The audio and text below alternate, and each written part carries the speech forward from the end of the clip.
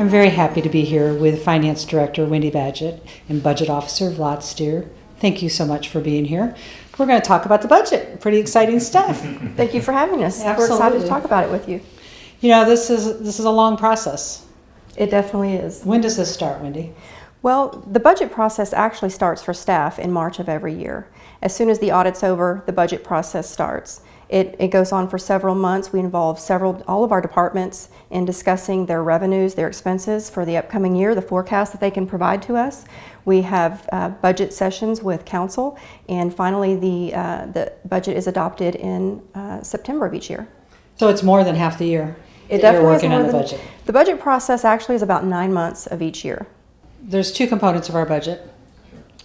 M&O, Maintenance and Operations, and INS, Interest and Sinking Fund. Vlad, can you tell us a little bit about what those mean? Sure. So the two parts of the tax rate, like you said, the M&O and the INS. M&O stands for Maintenance and Operations, and just like it sounds like, it goes to fund the city's operating needs. So salaries, any supplies, any contracts, all of that goes to the M&O portion. The INS portion, which I call the debt service portion, is used to fund the payments on the bonds that the city issued through the election process. So that's why all this infrastructure work that's going on in the city, that's part of the budget. Absolutely. That's part of the tax rate. Absolutely. That's how we fund all that. So Wendy, we hold a 2-day annual strategy session every summer. Yes. With City Council. Can you talk to the viewers a little bit about what that's all about? During that opportunity, we allow departments to come out and present a case to council about what's going on in their department and their needs in their department. That is, for example, this summer where our police department came in and spoke about the response times and how that needed to be a focus of this year's budget. So that provides a really good opportunity for our departments to come speak about their needs and really educate the council and the citizens that are watching or that attend on what's really needed in the city budget each year. And it's more than just the departments, because that's a time where City Council can really sit down with the executive staff and talk about, at a 30,000 foot level, the priorities of the city and where the focus should be for the budget. And we really hit on, some of those strategic priorities and the challenges that we're facing and how we're going to prioritize meeting those challenges. That's exactly right, Mayor. With the adoption of the strategic plan this year, the strategic priorities were really a focus of this year's budget, and that was really highly discussed during this year's council strategic meeting. So Vlad, I think you're appropriate to answer this one. After the annual strategic meeting, is that the end of council's involvement? I would say that's more the beginning. The strategy session is where the council gets the first look at the revenues for the upcoming year, especially the property tax revenues, which are the major funding source for all of the operations.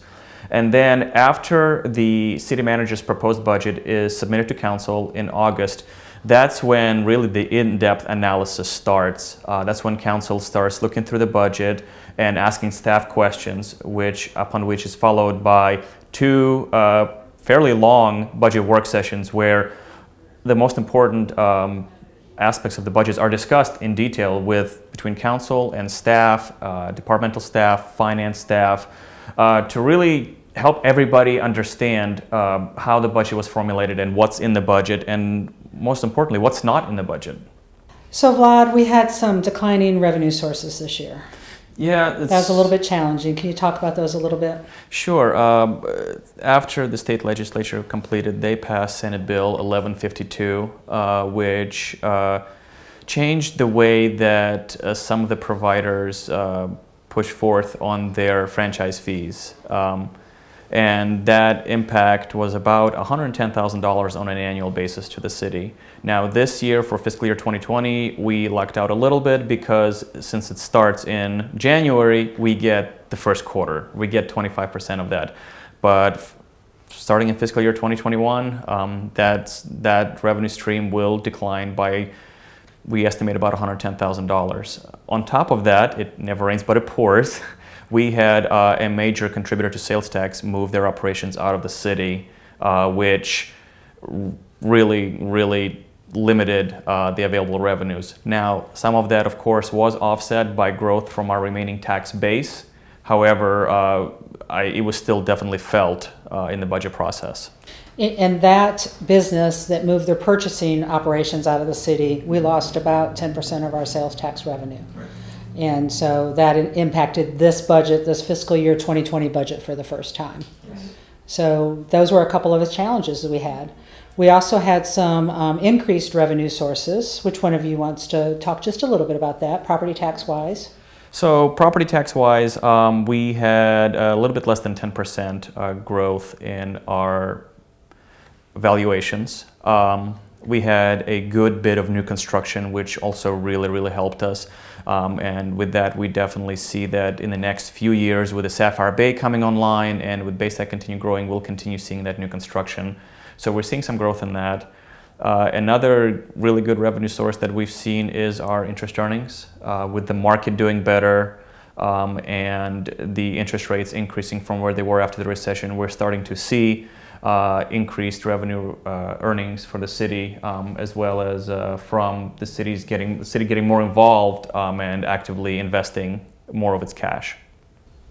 So Wendy, what did we do with these increased revenue sources? Where did that mainly get allocated in this upcoming year's budget? With the strategic plan being adopted, we really were focusing on strategic priorities. And the highest priority that we have recognized from citizens is public safety. So council really focused a lot on public safety, and we were able to add 8 police officers and a dispatcher to this year's fiscal year 2020 budget. Well, the good news is we maintained the same actual tax rate this year compared to the prior year. And we were able to really fund some additional items.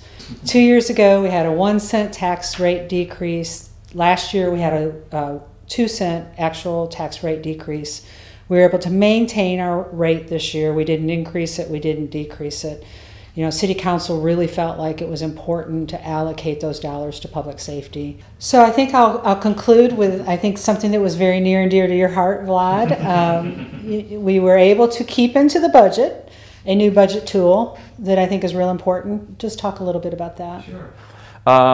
Last year, one of the projects that I was given was to find a way through either a methodology or a software of a better way of looking at a budget and approaching a budget and aligning it with the strategic priorities. What I've discovered is a tool called priority-based budgeting. It's one of the best practices by GFOA, Government Finance Officers Association, National League of Cities, the International City Managers Association. So it's a well-recognized tool, and what this will allow us to do is to cost out all of the programs that we do, which in itself is huge for us to better understand what do these programs really cost. And then we will quantitatively be able to align them to the strategic plan. So we'll be able to see which programs are most aligned to the plan and which programs are perhaps aligned to some degree, and then some programs are not really aligned. And that will really give us a good basis in the years to come, especially with the Senate Bill 2 and the restricted revenues, to reallocate funding. It doesn't necessarily mean that there's going to be layoffs and reductions in force. That's not at all what the goal of this is. It's to better understand how we spend our money and allocate the money where it's most aligned to those strategic priorities. Well, I'm excited to see the process in the coming year. I really appreciate you both being here, and I know it's been a hard but very satisfying budget year. At least it has been from the City Council standpoint. And I'm looking forward to what we're seeing in the future with aligning our strategic priorities with the budgeting process. Thank you so much. Thank you.